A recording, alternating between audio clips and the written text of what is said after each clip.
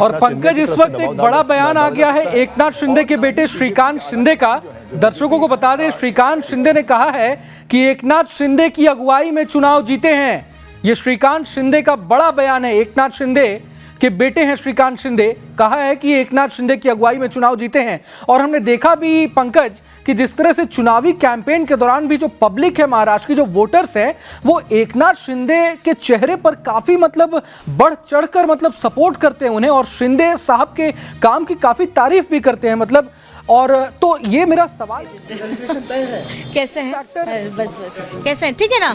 चलिए हमारे साथ जुड़े हुए थे पंकज, लेकिन मुझे लगता है पंकज के अलावा हम बात करेंगे एकनाथ शिंदे के। रोहन, जैसा हम बात कर रहे थे कि एकनाथ शिंदे के बेटे का बड़ा बयान है, क्योंकि कहीं ना कहीं ये तो तय था कि अगर 100 के ऊपर सीटें जाती हैं महायुति की, तो शिंदे का पत्ता यहां पर कट सकता है। और ये जो बयान है श्रीकांत शिंदे का, यानी कि एकनाथ शिंदे के बेटे का, ये यही दिखाता है कि यहां पर कहीं ना कहीं शिंदे को भी पता है कि अब मुख्यमंत्री भारतीय जनता पार्टी। और देखिए मोहित इस वक्त की सबसे बड़ी खबर, शिवसेना शिंदे गुट के सांसद नरेश महस्के का बड़ा बयान सामने आया है। उन्होंने कहा है कि एकनाथ शिंदे को सीएम बनना चाहिए।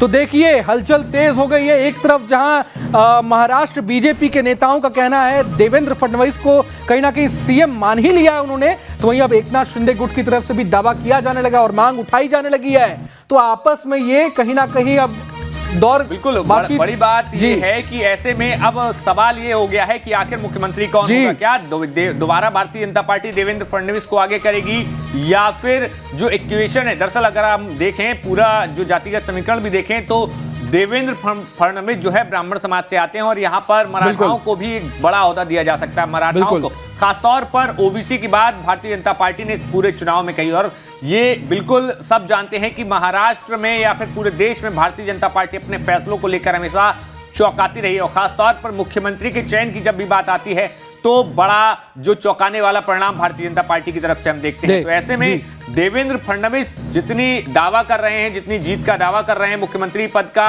भारतीय जनता पार्टी में लगाया जा रहा है कि देवेंद्र फडणवीस दोबारा मुख्यमंत्री हो सकते हैं। तो ऐसे में क्या देवेंद्र फडणवीस की जगह कोई नया चेहरा हो सकता है? मोहित, मेरा मानना है जिस तरह से अभी लोग कह रहे हैं देवेंद्र फडणवीस, देखिए इस वक्त की बड़ी खबर, देवेंद्र फडणवीस से गृह मंत्री अमित शाह ने फोन पर बात की है, और फडणवीस को अमित शाह ने बधाई दी है जीत की। सूत्रों के हवाले से यह बड़ी खबर सामने आ रही है।